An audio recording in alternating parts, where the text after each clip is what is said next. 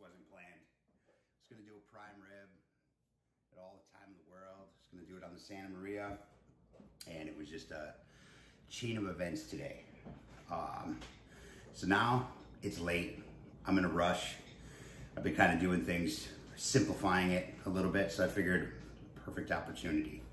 I know a lot of people do prime ribs on holidays, things like that. They fuss about them, they worry about them, you know, because it's typically an expensive cut of beef. Nobody wants to mess it up. They're pretty forgiving. Honestly, they really are.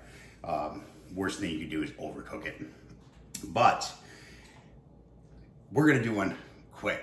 No fuss, no muss, no anything, man. Right from the roast to the plate, man. So let's do this. Here we got our ribeye roast. This is boneless. She's pretty. So I'm going to put her all together here. I like to cut my ribeye roast or my prime rib roast out of the thick end. There's always a thin end. There's always a thick end. Here's my thick end over here. So I'm gonna think, you know, there's a few of us. I'm gonna do about 4 steaks, 4 nice prime ribs, little leftovers for lunch. I'm just gonna take this right on down, like so. Take it through, just like that. Look at that beauty. And that's how we're gonna roll. This, I'm going to butcher up and vac seal it. But let's get our prime rib ready first. Now, I'm not gonna make a rub. I'm not doing anything at all. I'm gonna use my backup, which I enjoy. Actually, it's fantastic rub, seriously. And I'm gonna do it like this. So I got my roasts. I'm gonna take just some of this silver off the top. I would suggest using a smaller knife, but I don't want it dirty too, so.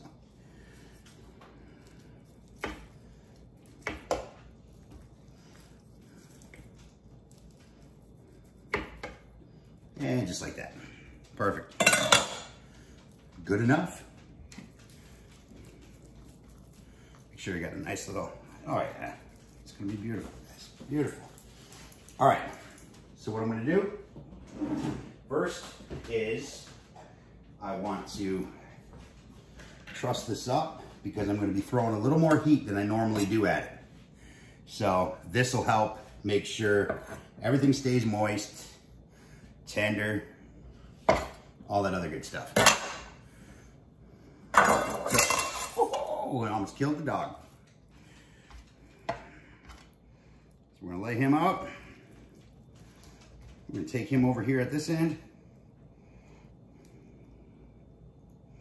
Give him a knot for love. Double wrap it. So that way when I, shit. Double wrap it. So that way when I do this, it stays. So I got it nice and tight. Knot it off. Do the same thing over here. Tuck this little guy in here. Keep him safe from all that scary heat.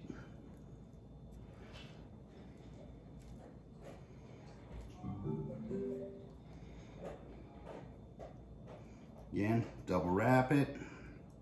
Could have made this one a little longer. A lot longer, especially with slippery hands. We're gonna power through it. Just like that, knot it off. Just like that. Move him over just a little bit. Get him right on in there. All right, beautiful. Same with this guy. Move him over a little. All right, just like that. So now we got her all trussed up. Take these guys off. All right, now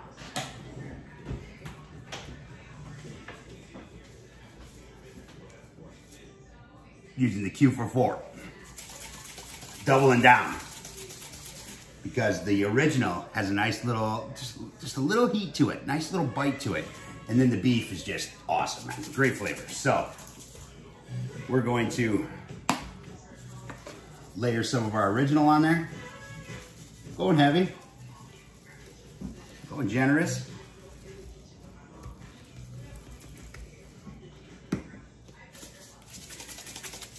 And then, our beef. Nice little salty kick. Good stuff.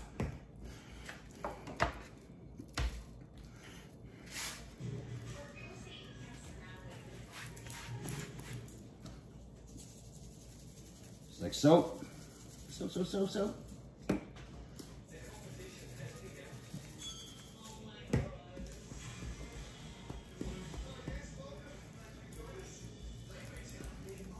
All in there real good. We'll roll it around afterwards after it starts getting tacky too. That's why I'm using it in a pan. Fat cap, gonna hit real good.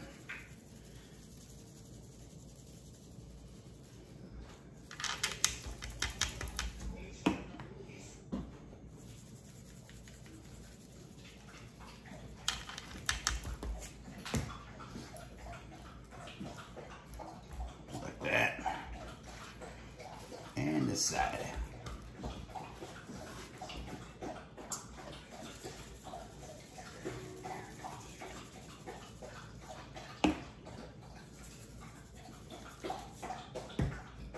All right, that's a wrap. Push it all underneath there. Give it a little love, rock it around. As we're starting the grill, this will start to sweat in. And then I'll give her one more wrap once everything's all tacked up, you know, and sweat it in a little bit. Moist. So let's go light the grill. All right. So make sure my rack is out of there. I don't even know what I have going on in here. Yeah, should be close enough. All right. So let's fire this guy up. We're going 275. And I'm going to do 275. I've always preferred it for my beef anyway, especially, you know, cuts other than, you know, muscles, brisket, stuff like that. And I'm also going to be doing a no fuss, nothing brisket. Never done it before, but I'm going to do it because I thought it would be cool to try out. And it'll answer some questions that I have myself. So, but anyway, I'm just going to go 275, let her get up there. I'm going to toss it in and I'm going to probe it so I can go finish what I'm doing. And when she gets, you know, right around that 80, 90, that's usually when it breaks that chill spot and it starts climbing fast. Then I'm gonna bump it up and I'm probably gonna take it to about 325 and just let it finish off that way. So right around that 90-degree mark, kick her up to 325, finish it off, pull it off, let her rest for 10. And we should have some pretty damn good prime rib. So they're not that hard of a cut. Like I said, the worst thing you can do is overcook it. Undercooking a prime rib, I do it often. Well, for one, there's always that smaller end, so my wife will eat that at the time.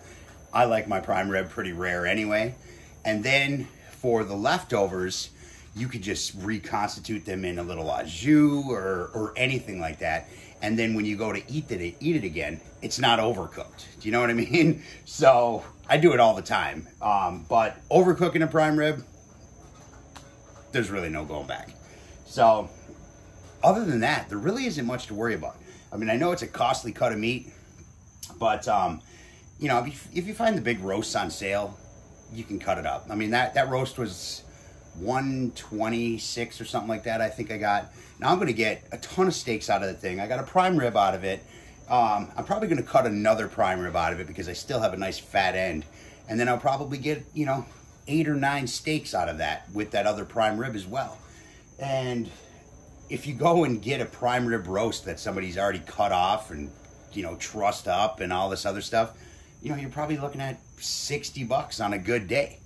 So it's just better to buy the bulk and just make your own. I mean, just hack one off, hack it to whatever size you're doing. I mean, if you got a bunch of people, cook the whole damn thing.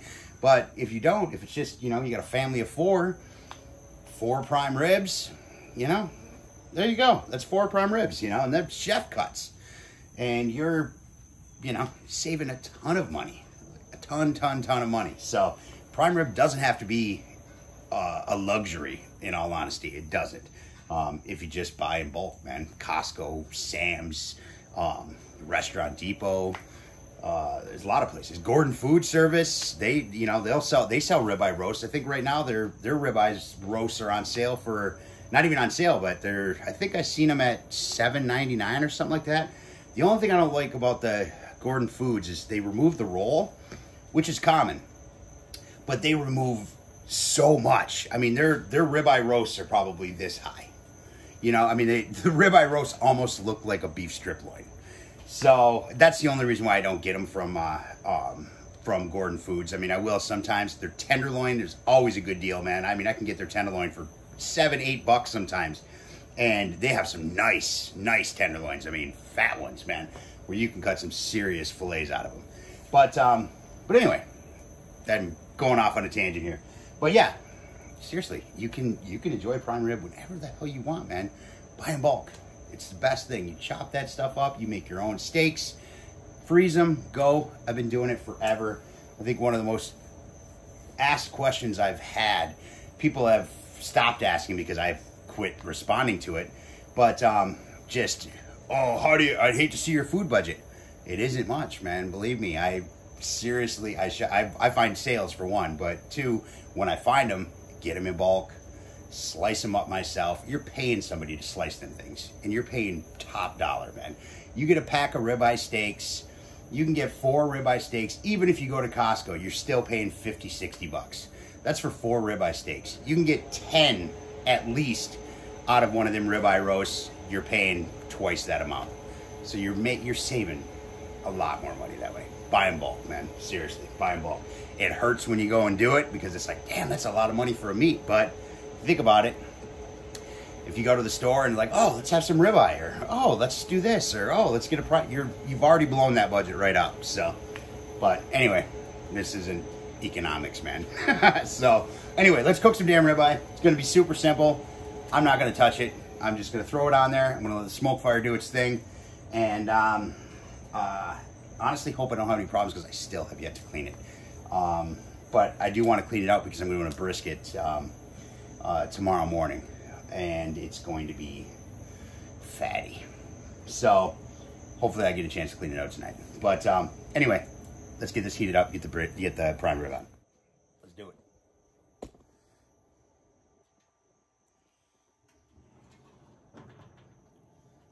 I'm rolling that new B&B blend, which I've been loving, man. Never thought I would say it, honestly. So I am not a blend kind of guy, but man, stuff burns awesome. It tastes delicious. So, all right, so now we have some moisture. Let's go through, give this guy a couple of flips, soak up that extra rub, and go just like so. Throw him right over that flavorizer bar, let it do its thing, tighten her up.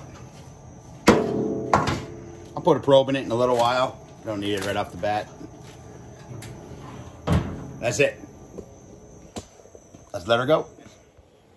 She's ready. Check it out. Oh, man, look at that beauty. Get in there a little bit. Some food pouring up in that shit. Look at that. Man. So. Grab Uncle Buck here to help us out. Let me kill this guy.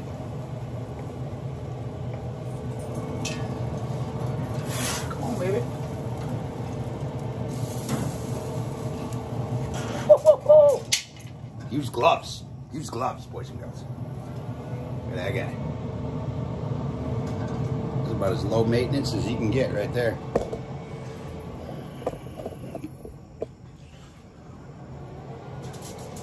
Slide him off. So girl cool down. All right, let her rest. Let's cut into it. Let's do this. Go right down here, just like so. This is my wife's piece. Come on. Come on. Look at that. Oh. That's beautiful. Oh,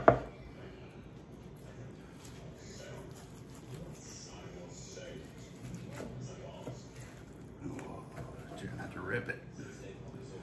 Oh, that one's mine. Come on. Look at that beautiful, beautiful, beautiful prime rib. All right, guys, that's all I got.